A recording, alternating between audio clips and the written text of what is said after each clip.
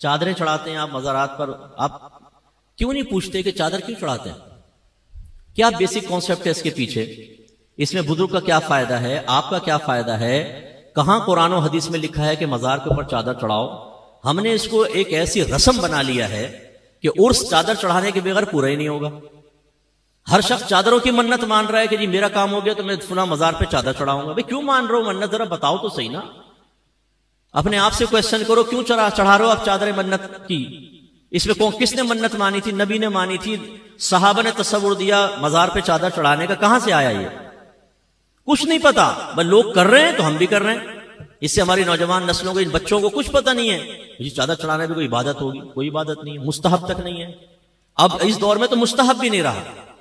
ایک دور تھا کہ جب قبرستان عام بنا دیے جاتے تھے، اس میں کسی عالم کی قبر ہے، کسی نبی کی قبر ہے، فرض کر لیں صحابہ کی ہے، تو لوگ ادب سے دور ہونے لگے، تو وہ قبور پہ چڑھ رہے ہیں صاحب، تو وہ جو اشرف القوم کی قبر ہے اس کی بھی بے حرمتی ہو رہی ہے، تو بھئی چلو ایک کپڑا ڈال دو یار، تاکہ فرق تو ہو جائے، آنے والے کو پتہ چلے کسی بزرگ کی قبر ہے دوسری، تو ایک چادر ڈال دی ادھر۔ بس یہ بیسک کانسیپٹ تھا۔ پھر بعد میں جب بزرگ آنے دین فوت ہونے لگے، تو لوگ جیسے آ کر فاتحہ وغیرہ پڑھ رہے ہیں، بیٹھ کے قرآن پڑھ رہے ہیں، دھوپ پڑ رہی ہے، تو ارادہ کیا کہ قبہ بنا دیا جائے، ایک عمارت صاحب مزار کے لیے، تاکہ لوگ آ کے اس کے سائے میں آرام سے پڑھ سکیں۔ اور خاص طور پہ جب سال گزرتا تھا، جس کو ہم آج کل عرس کہتے ہیں، تو پھر لوگ آئیں گے، بیٹھیں گے، کثیر تعداد ہوتی ہے کہ چلو بھائی پھر ایک عمارت بن گئی۔ جب عمارت بن گئی تو جو عام قبور سے امتیاز قائم کرنا تھا وہ عمارت کے ذریعے حاصل ہو گیا، اب چادر کی تو ضرورت ہی ختم ہو گئی۔ لیکن سنی کو تو ایک نیا مشغلہ چاہیے، جو نیا مشغلہ شروع ہو جائے اس کو کبھی نہیں چھوڑے گا، اصل دین کو گھر میں داخل نہیں ہونے دے گا۔ انہوں نے کہا بھائی قبہ بن گیا، ابھی چادر کی رسم تو چلے، وہ چل پڑی صاحب رسم۔ اچھا پہلے چادریں ڈالتے تھے موٹی، کیونکہ یہ ریشمی اور باریک کپڑے تو ایجاد نہیں ہوئے تھے، وہ ہاتھوں سے بنے ہوئے کپڑے، اس میں یہ ہوتا تھا کہ کسی نے 2 چادریں ڈال دی تو ایک صاحب مزار کی طرف سے صدقہ کر دی، ایک پڑی ہوئی ماں بہن امتیاز کے لیے، فرق کرنے کے لیے، باقی ایک نہیں تھی رسمیں پہلے۔ اب صورتحال یہ جو مزار پہ چادر ڈلتی ہے ذرا دیکھ لیں آپ، ایک تو پہلے اس میں پورا لکھا ہوتا ہے کلمہ پاک یا آیت الکرسی، کہ آپ اسے کسی اور کام میں استعمال ہی نہیں کر سکتے، اور یا پھر اتنی باریک ریشم کی چادر ہوتی ہے، جیسے داتا صاحب کے مزار پہ اکثر آپ دیکھیں گے کہ اس کو وہ کسی کام نہیں آ سکتی، وہ لباس بھی نہیں بن سکتا، اس کو یوں دیکھیں گے نا اس میں نظر آئے گا آر پار، اتنی وہ باریک سی ہوتی ہے، اور اس پہ آیت الکرسی چمکی سے لکھی ہوئی ہے نا، پہلے لکھ کر اس پہ چمکی ڈال دیتے ہیں، اب جو پکڑے وہ ہاتھ پہ چمکی، منہ پہ چمکیاں، جس سے وضو ہی خطرے میں پڑ جائے۔ اب وضو کریں گے تو یہ چمکیاں لگی ہوئی ہیں، کہاں سے وضو ہوگا؟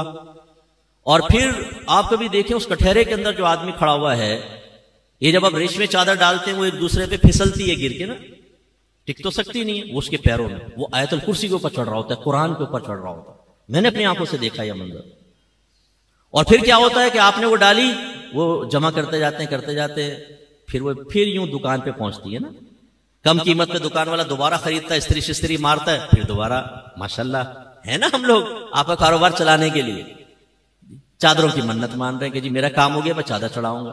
بھائی منت کسے کہتے ہیں؟ سب سے پہلے یہ سوچو، مجھے یقین ہے آپ میں بہت کم لوگ جانتے ہوں گے کہ منت کیا ہے، کسے کہتے ہیں منت، اس کا کیا شرعی تصور ہے، بہت کم لوگ جانتے ہوں گے، کیونکہ میرا 30 سالہ تجربہ ہے، مجھے معلوم ہے کہ ہم کتنی معرفت رکھتے ہیں۔ دوسری بات یہ چادر کی منت کہاں سے ایجاد ہوئی؟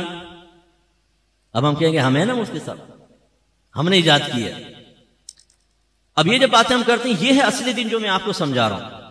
ہمارے وہ لوگ جنہوں نے ان چیزوں کو پروموٹ کیا ہے، ہمارے اہل سنت میں ان کو ڈال کر ہمیں بدعتی کہلوایا، ہمیں قبر پرست کہلوایا، ان کے مقاصد کو پہنچتی ہے ٹھیس۔ وہ پیر کی شکل میں بھی آپ کو نظر آئے گا، وہ مقرر کی شکل میں بھی نظر آئے گا، وہ مصلح کی، وہ مبلغ کی شکل میں بھی نظر آئے گا، ان کی ناکوں میں لگے ہوئے سینسر۔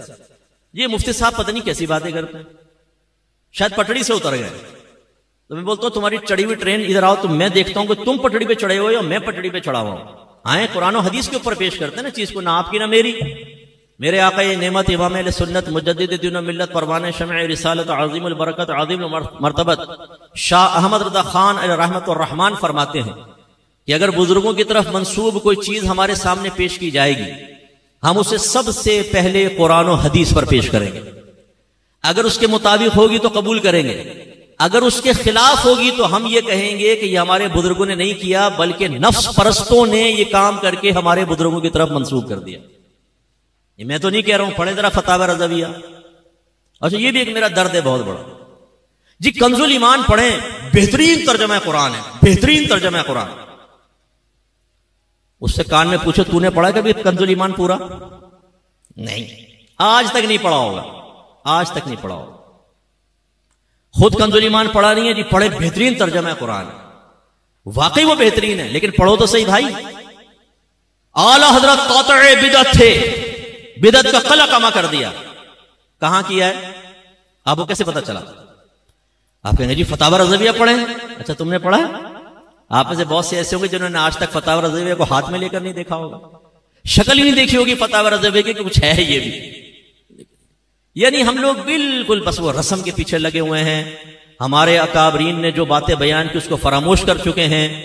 آج نعت خان ہمیں دین سکھائے گا، آج یہ پیشور مقررین ہمیں دین سکھائیں گے. ان کے پیچھے ہم چلنے کے لیے تیار ہیں، اور پورا مسلک اہل سنت ہم نے بدنام کر کے رکھ دیا. ایسے دھمال شمال مزاروں کے اوپر کوئی تصور نہیں ہے، ڈھول ڈھمکوں کا کوئی تصور نہیں ہے. آپ کو اگر بٹھا کر آپ کے کان کے پاس دھن دھن دھن دھن ڈھول بجایا جائے، بتائیں آپ خوش ہوں گے کہ تکلیف ہوگی؟ زور سے بولیں. اور آپ صاحب مزار کے پاس دم دم دم دم دم دم دم دم دم. اور ہمارا عقیدہ ہے کہ مرنے کے بعد بھی جو عام مردہ ہے نا وہ بھی تمام بات سنتا ہے. میرے آقا صلی اللہ علیہ وسلم نے ارشاد فرمایا جب تم مردوں کو سلام کرتے ہو وہ اس کا جواب دیتے ہیں، لیکن تم اس کا شعور حاصل نہیں. اس لیے نبی کریم صلی اللہ علیہ وسلم جب قبرستان جاتے تھے تو کیا فرماتے؟ دعا کیا ہے؟ السلام علیکم یا اہل القبور، اے قبر والو تم پر سلامتی نازل ہو. یہ نہیں فرمایا السلام علیکم یا اہل القبر کسی سامنے قبر والا سن رہا ہے، نہیں، قبور جمع کا صیغہ استعمال فرمایا، تمام قبور والو تم سب کو سلام. اس کا مطلب ہے میوہ شاہ قبرستان کے ایک کنارے پہ کھڑے ہو کر جب آپ یہ دعا پڑھیں گے ہر قبر کے اندر آپ کے سلام کی آواز پہنچے گی. اتنی سماعت تیز ہو جاتی، اور وہ جواب بھی دیں گے. تو پھر صاحب مزار جس کو اللہ تعالیٰ نے عام لوگوں سے زیادہ روحانی طاقت عطا فرمائی، وہ تو کہاں تک سنتے ہوں گے. اور ان کے کان پہ کھڑے ہو کے آپ دھم دھم دھن دھن ڈھول بجا رہے، اس سے ان کو راحت سکون ملے گی کہ تکلیف ہوگی؟ میں ایک دفعہ پڑوسی ملک میں گیا، ایک مزار پہ حاضری کے لیے پہنچے. وہ بتایا جی علاقے کے بزرگ ہیں. میں نے کہا چلیں جی سعادت حاصل کروں میں. اب میں آرام سے فاتحہ پڑھ رہا ہوں، اچانک پیچھے سے ایک دم دھوم زور سے کسی نے ڈھول پہ مارا. میں اچھل گیا، یہ کیا ہوا بھائی؟ اور پھر دم دم دم دم دم دم دم جالی لگی ہوئی تھی. میں نے اس میں دیکھا یہ راز کیا ہے. پتہ چلا دو اتنے بڑے بڑے ڈھول، شاید دیوار سے لے کر یہاں تک ایک ڈھول، پھر دو ڈھول، اور دو آدمی کھڑے ہوئے لمبے لمبے ڈنڈے ہاتھ میں، دھڑم دھڑم دھڑم. اب میں نے پوچھا بھائی اس میں کون سے ایصال ثواب کا راز پوشیدہ ہے جو فقیر کو آج تک پتہ نہیں چلا؟ یہ دھم دھم کرنے سے بزرگ کو کیا فائدہ ہوگا؟